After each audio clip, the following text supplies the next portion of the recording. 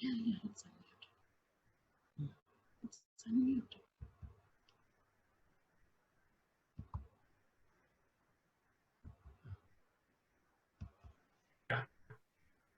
Can you hear me now? Yeah. Yes, sir. So 1940s was very important in the freedom fight also. Gandhi and his group had tried to dislodge the British quite often by the Satyagraha movement in the 20s, the Salt March in the 30s, and none of this was really working. The British were set to stay here for quite some time. And Gandhi finally brings this do or die in the Quit India movement. That also happens in 1942.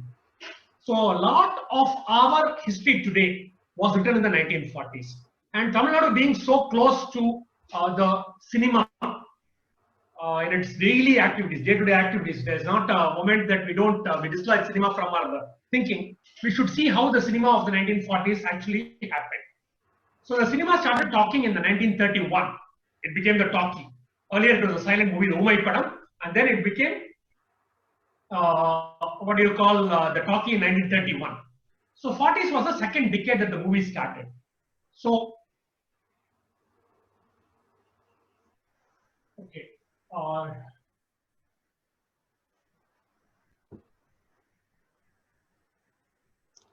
the first thing was the scarcities that happened.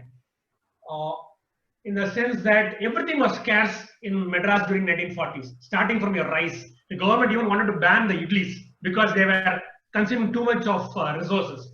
So naturally, the cinema film was also scarce. The main reason being that film was being made in Germany and Japan, which were at war with Britain and India. So no film could come into India. So the government decided that any cinema should be made in 11,000 feet, not more than 11,000 feet. The earlier cinemas used to be made of 22,000 feet, and this was an enforced editing. Each talkie had 50 to 60 songs in the movie. So most of these movies were full musicals. And when you reduce this movie by half, your movie becomes it was an enforced editing. So the other reason that the government also enforced on the studios was every studio for 3 films that they make should make one propaganda film, one war propaganda film. So this you can see the villain looking like Hitler. There is actually modern theatre Sundaram, the producer himself who took up the villain role, the Burma Rani. The movie is called Burma Rani. So cinemas changed drastically. You are cutting it into 2, okay, cutting it into a half rather.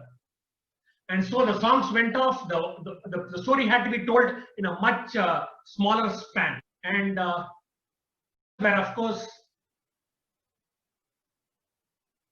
the modern theaters in Salem near Yerkad, on the way to Yerkad. Then this Vagini studio on the top right and the AVM studio below. Other than of course the Gemini studio. And rather than treating each other like a rival, they were very, very close friends and they cooperated. If somebody had broken agreement in one of the studios, he would not find a job in any other. It happened to a couple of actors as well who left Gemini studio. They could not find a job for the rest of their lives. They had to retire prematurely. So this cartel was formed. These are the movie moguls, S.S. Vasan, ABM and Nagi Reddy. ABM became called as ABM Studios much later. Earlier they were Saraswati Sound Studio or they were called Pragrati Studios. And this was a palace. This palace was in Mandavali. Mandavali Norton Road where the Chaitanya school is and where the Sun Theatre was earlier. This used to be the Vijayanagar Palace. The Vijayanagaram rather. Vijayanagaram was a Zameen in Andhra and they called themselves Maharaja of course. A very well-to-do family. They did a lot of important things in Madras and the king's brother actually was the captain of the Indian cricket team, Busy. And the king unfortunately committed suicide. He walked off a balcony in this building and his ghost was reportedly seen for a lot of time by the residents. So everybody vacated this palace and went away. It was locked and it was becoming a Booth Bangla. That was the time ABM Chettiar was looking for a studio and wanted to shoot his films here. It was World War time and this entire studio he rented for 350 rupees. When Chettiar went inside, he found a lot of Ravi Verma paintings, a lot of costly ornamental decorations along the walls. He was a very honest man and he took everything and kept it in one room and locked it and gave the key to the Vijayanagaram palace. But he had only one request to make. Since one room I'm not using, please reduce the rent by 50 rupees. So this is where he made in a very, very, what do you call, very ரொம்ப சோகமான time when the war was happening, when you don't know when they are going to be bombed, when people don't have enough food. He made a couple of comedies which really uplifted the mood. If you watch a comedy film, if you watch Michael Madana Kamarajan today, you will feel a little uplifted in today's time. So that is what AVM did. And two of the movies that he made was Sabhabati and En Manavi in quick succession. En Manavi was about an old teacher who marries a very young girl. And exactly in Tirunelmalai, he was actually spoofing the incident that really happened there. M.S. Subbulakshmi's marriage to Sadasivam in Tirunelmalai had happened 1 year back, and he was spoofing that. Sabhabati, of course, even today you can watch plenty of slapstick comedy and oral comedy.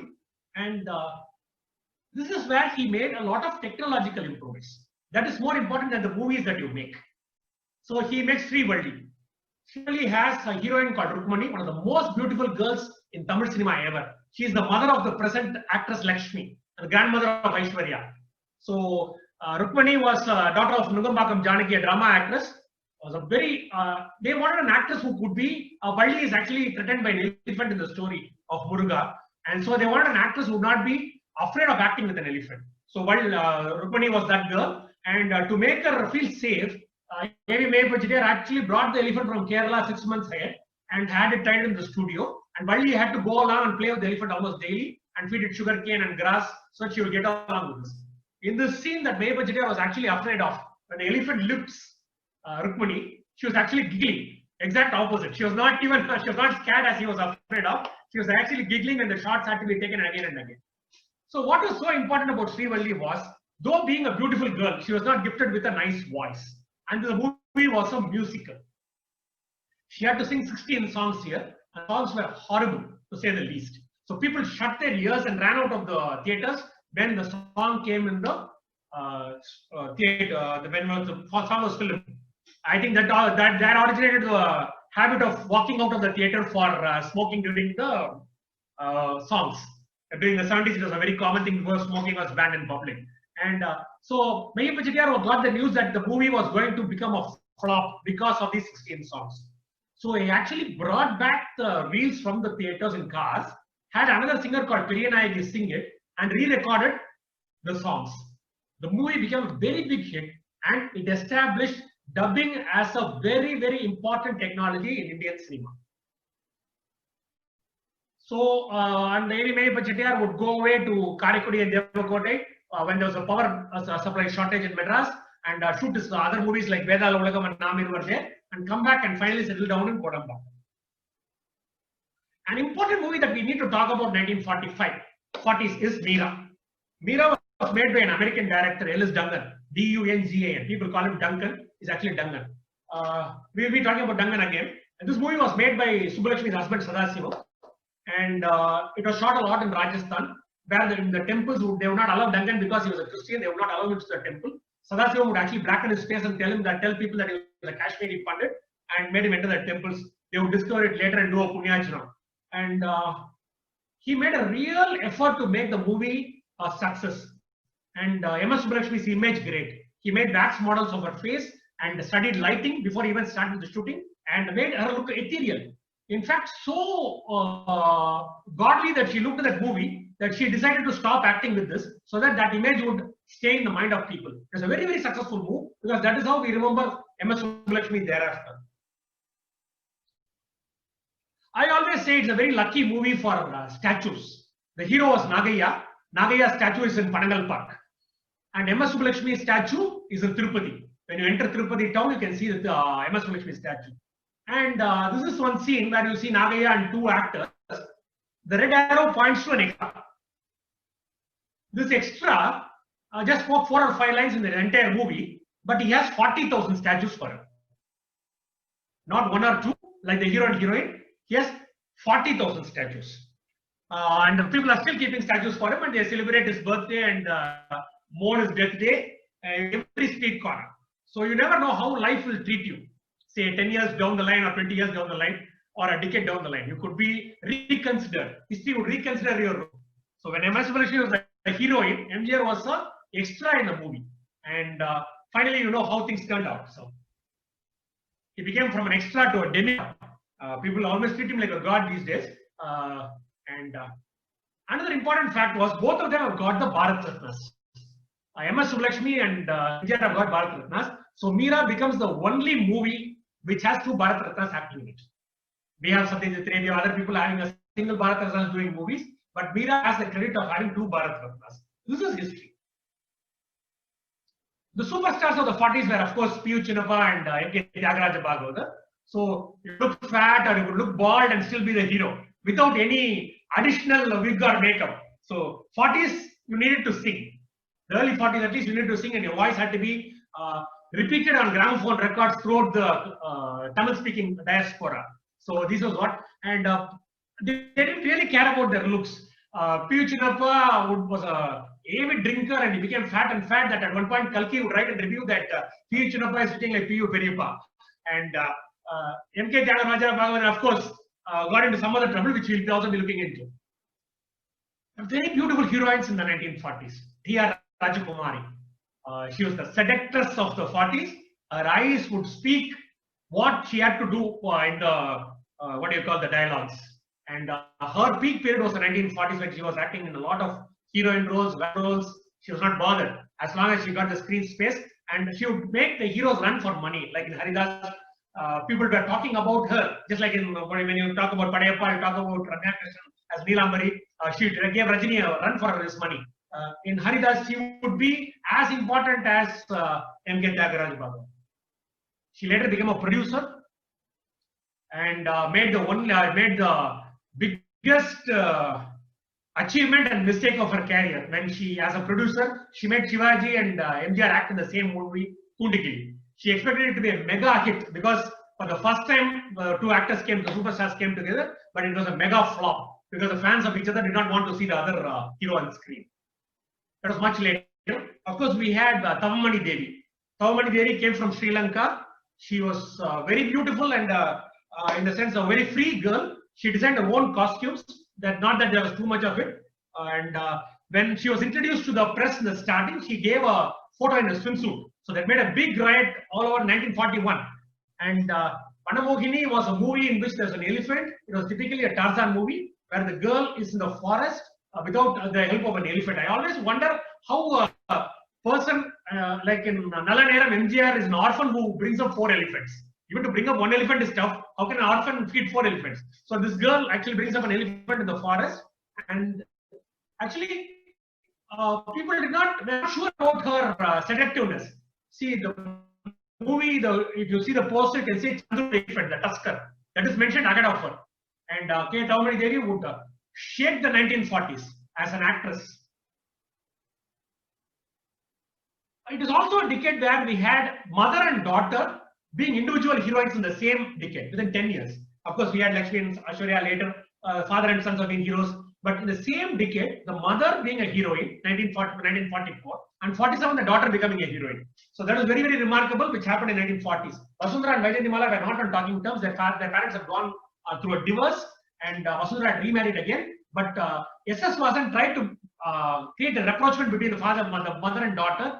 In 1950s, he would take a movie called Irumbu Thirai, when she played the role, the mother and the daughter played the same role as the mother and the daughter on screen as well. We were talking about Ellis Duncan. So we do have a lot of directors who are very important. Actors in the silent movies have become directors. Ellis Duncan came all the way from California to direct movies. He was the person who introduced M.G. Ramachandran in Sati Leelavati. He was known for a few things. The makeup. He brought organized makeup to the stars. He also introduced the trolley for moving shots. Earlier, they used to keep it in a bullock cart and pull it by hand, the camera. He brought in a camera on rails, and he also made very, very sexy scenes in the movies. And there was a lot of opposition from the review writers. Kalki would say, in fact, Duncan was the first person to introduce the club dance, the cabaret dance in the movies. In 1970, there was no Tamil movie without such a dance. Up to the days of Silk Smitha, after that we stopped. Okay, and Duncan, Kalki would say that Duncan was spoiling the minds of the people in Tamil Nadu. He should be banned and sent back to America. But when Kalki decided to make a movie 2 years down the line, he called Duncan to direct it because he can give a hit. So good was Duncan's work in the films that he was appreciated in spite of his shortcomings. Bharatiyar songs in films, we take it for granted. Once in a decade, 4 or 5 songs. But who does actually the word say who does Bharati belong to? It is hidden. So Bharati songs were, Bharati was a very, very poor poet. He did not leave anything for his family. And as soon as he died, his daughter had to get married. So his wife sold the rights of his entire poetry for 500 rupees to a diamond dweller called Suraj Mal. Suraj Mal in turn sold it to AVM for 9,500 rupees. But AVM was very, very strong about the copyright. He would allow that songs to be sung on the road in the dramas, but he would not allow anybody else to use it in the movies. So when the TKS brothers wanted to use it in the movies, AVM sent them a court notice. So it became a big riot involving up to the Chief Minister of Tamil Nadu, of Madras State, Omandurar, and Avinash Lingam actually brokered the deal and said Bharati art should belong to everybody. And finally, in a deed, a gift deed, AV Meyyappa Chettiar gifts all the songs of, we have seen the documents of land where we have the schedules. So look at this schedule. It says Desiya Geethangal, then political works. All these songs are gifted to Tamil Nadu by AVM, and movies start having their Bharati reproductions there. The first movie to make Bharati very, very popular was also in the 1940s, Naamiruvar. In those days, the posters also used to come in English, B2. And Kamala Lakshman dances to a Bharatiyar song and also dances Bharatanatyam. So this is when Bharatanatyam was brought into the middle class. Earlier, it was called Sadiratam, was to be danced by the Devadasis in the temples. It was not a reputed dance. There was a lot of disrepute. Rukmani Devi Arundel struggled a lot to bring it into the main forum. And though she brought it to the main forum, it was Kamala, who was later Kamala Lakshman, the wife of the cartoonist R.K. Lakshman, who brought it into the household. After this movie came, small girls were forcing their parents to enroll them in dance classes. So 1940s, at the end, we even have TDS's granddaughters dancing Bharatanatyam. In a matter of 10 years, the focus on Bharatanatyam changed. So 1940s was not very organized. There were a lot of overlaps. The same story being shot over a year. And this is one advertisement that comes about the Srivalli that we discussed earlier. We are in a deep debt of gratitude to modern theatres for having kindly dropped the production of Tamil talkie film Srivalli. The Saraswati is the AVM.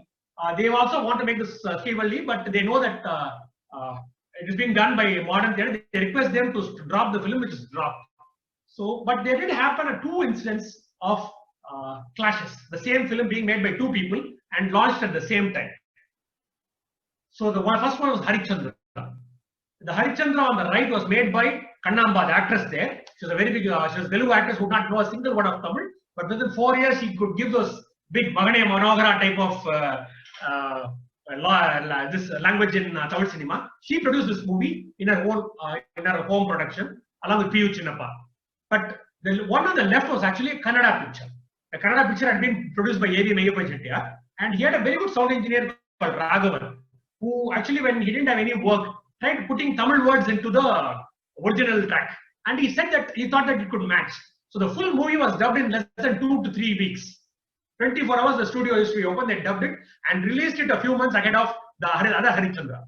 And while the Kannada Harichandra in Tamil was a very big hit, Kannamba's Harichandra became a very big flop. Tamil movie flopped while the dubbed movie was a hit because of the virtue of having come first. The next one that is also a very interesting is Jnana Soundari. The original Tamil literature in printed form is Christian literature. We have to accept that. A Christian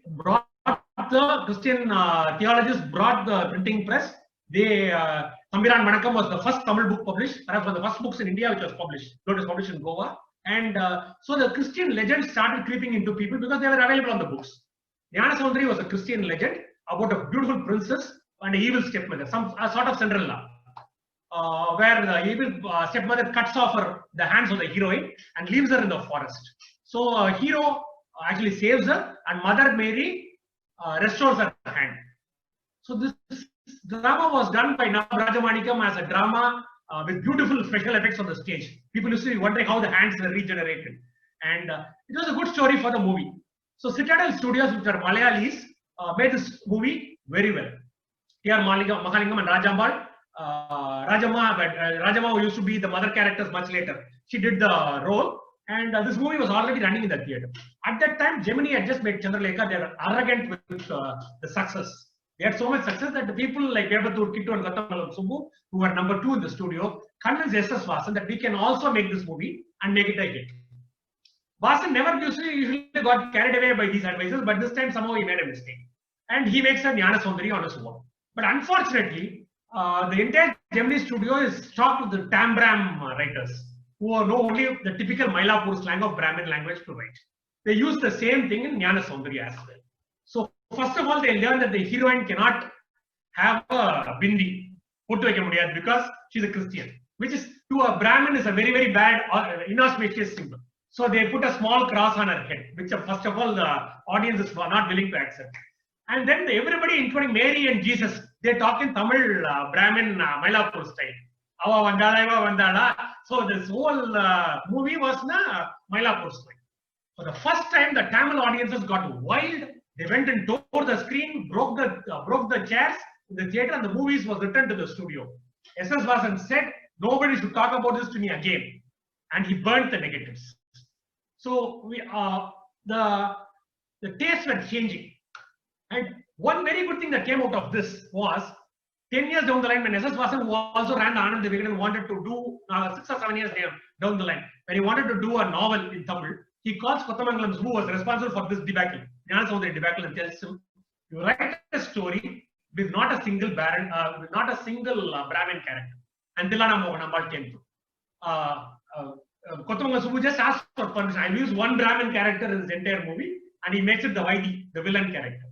This entire story is about some other communities, but that came out of this debacle. The biggest scandal of 1940s was the arrest of the superstar. N.K. Tyagaraja Bhagavathar, who was the first superstar of Tamil cinema.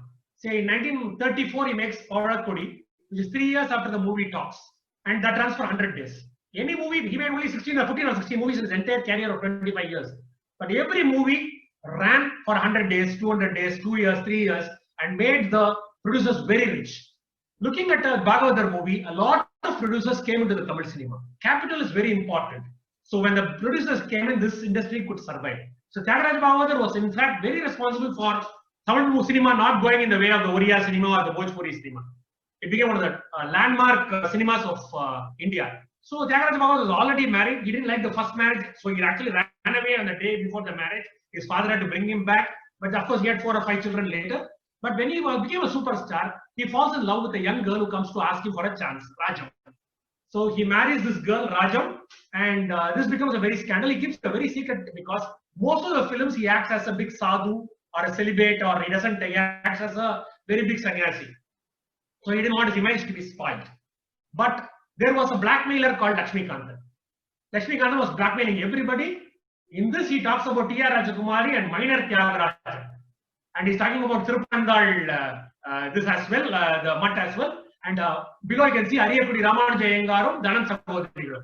So it was a full scandal. It was a yellow newspaper. This is a copy we got it from a collector in Karaikudi who didn't know the real value of this. So we picked it up. And like this, he was also talking about Tyagaraja Bhagavathar and his new wife. So Tyagaraja Bhagavathar and other people who were affected, 14 of them actually go to the governor and complain about Lakshmikanta. And his license is removed. But Lakshmikanta takes over another newspaper and continues writing about these people. They are very, very offended. They are scared. And suddenly Lakshmikanta is killed. Lakshmikanta is traveling in a rickshaw in Kilpa. He is stabbed and killed.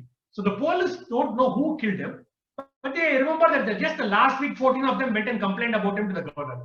So out of them, they arrest 4 of them. So Tyagaraja Bhagavathar is arrested the moment his movie Haridas is released. And the week that Hitler died, that he was also sentenced. Throughout the world, the headlines was about Hitler dying in his bunker. But in Madras, M.K. Tyagaraja Bhagavathar, N.S. Krishnan was sentenced to life. This was the Lakshmikanta case. So when he was actually acting, he didn't. When he was in the peak of his career, he had been arrested and convicted and put in Bellary jail. And they were thought that he was going to be moved to Andaman as well. That was the time this movie Haridas was released. This is T.R. Rajakumari again. Famous songs that we still love. And Haridas actually ran for three Diwalis. More because people did not know whether you will see a Bhagavathar film again. And there is a description of us in Central Jail listening to the gramophone record sound from the Moor Market of his own songs and crying. And of course, he goes up to the Privy Council and but 3 years, this is an advertisement that he placed. M.K. Tyagaraja Bhagavathar thanks his friends and well-wishers congratulatory messages on his acquittal and regrets his inability to respond to them individually. That means he got thousands of letters congratulating for his acquittal. But Tyagaraja Bhagavat, the taste of people had changed, his image had changed. So when Tyagaraja Bhagavat wants to make new movies, they are all flops. He dies a penniless man 13, 14 years down the line of diabetes. He was just 49 when he died. And all the last movies that he made were terrible flops. So this is how we have to remember him for his first few hits. S.S. Vasan was another prime mover of the 1940s, the tempo man. Ashoka Mitran, the writer, would say that S.S. Vasan could even add tempo to a railway timetable. So anything that S.S. Vasan touched was very fast. So when he was making Chandralekha, Vepattur Kittu once again comes and tells him a story. He says there is 5 years behind, before this he tells a story. There is this heroine and the villain. The heroine cuts the nose of the villain and puts chili powder on it. Vasan throws out the script of the window. And but just when before Vepattur Kittu, he asks, what was the name of the heroine? He says Chandralekha, and Vasan notes it down on a diary. For 5 years, they were searching for a good story. And finally, they copied the story from a penny dreadful novel, the novel that is sold for a penny in England. They copied it and made it as Chandralekha.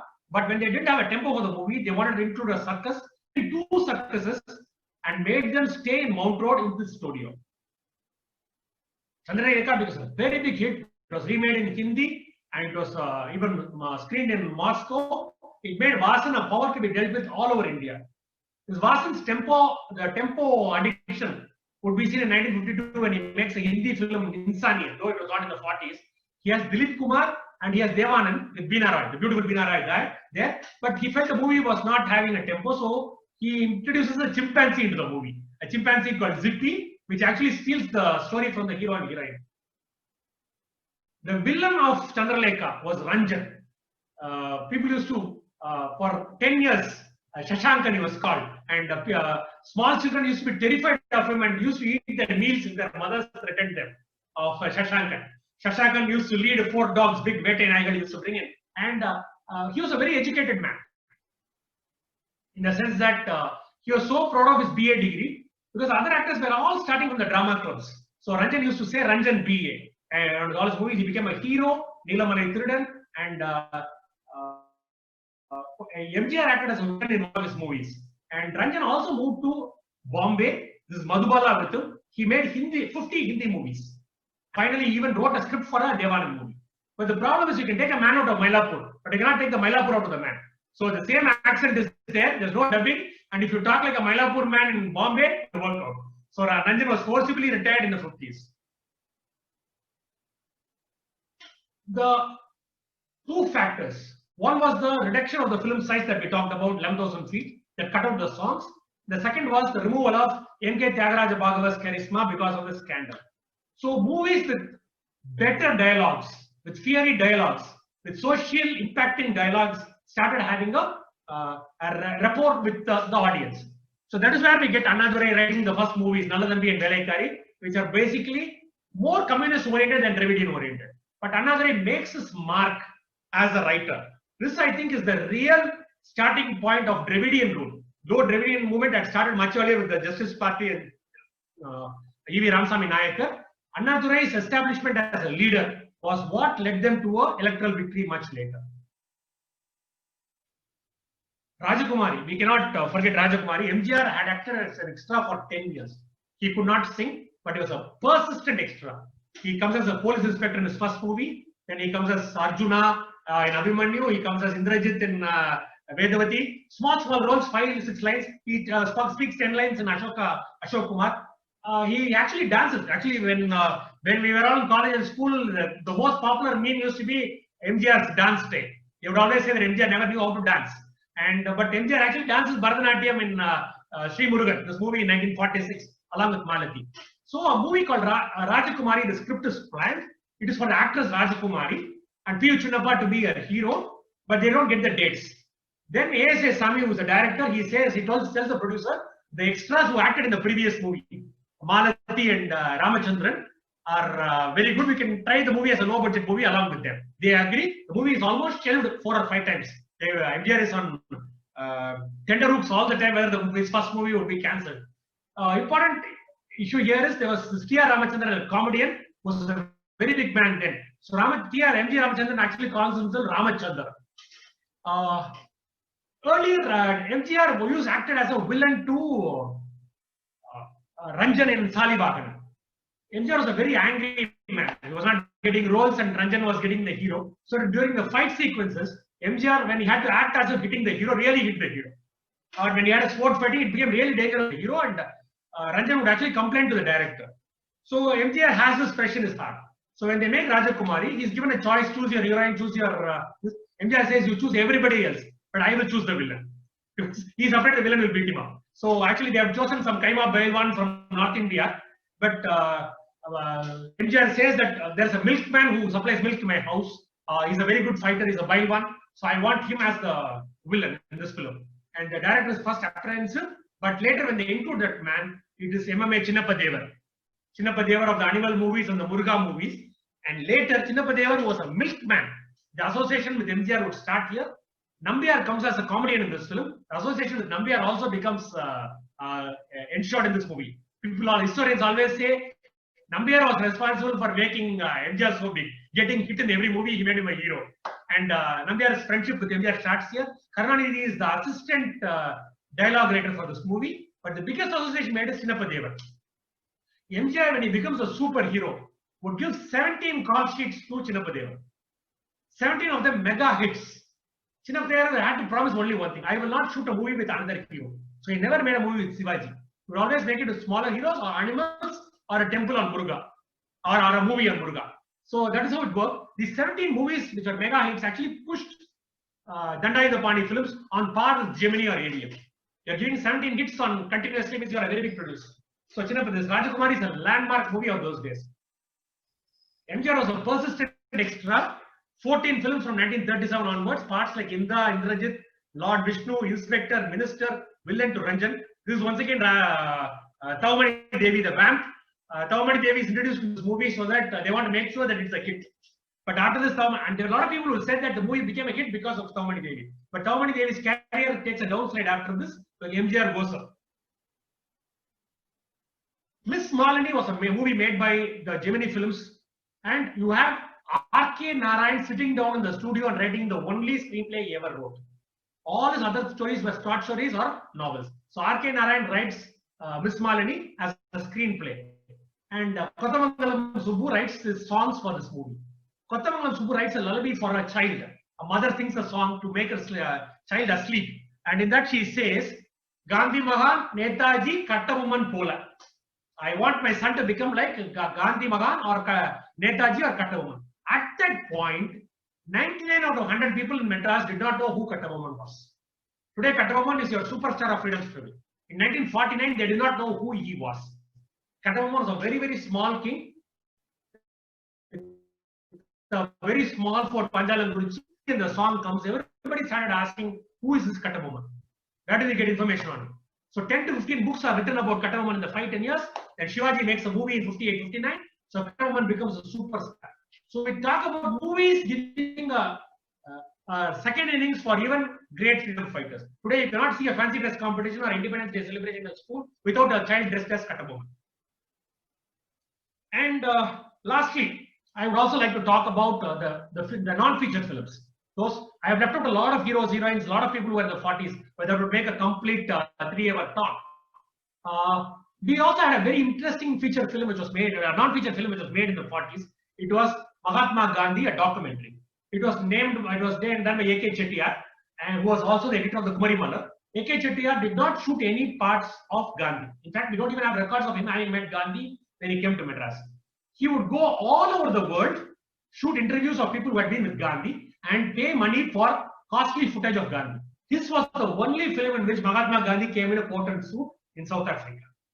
A.K. Chettiar was so sincere that when he bought a film, he would send it in one ship, and he himself would travel in another ship. That was wartime. So even if one ship went down, they would be able to have the knowledge without being damaged. A.K. Chettiar's Mahatma Gandhi is actually filmed in Delhi in 1947, and the president was not the West, not the Governor General. He attends this function. So I would like to end this talk by saying 1940s were a decisive decade in the history of Madras. in every aspect, in construction, in politics, in freedom movement, and even cinema.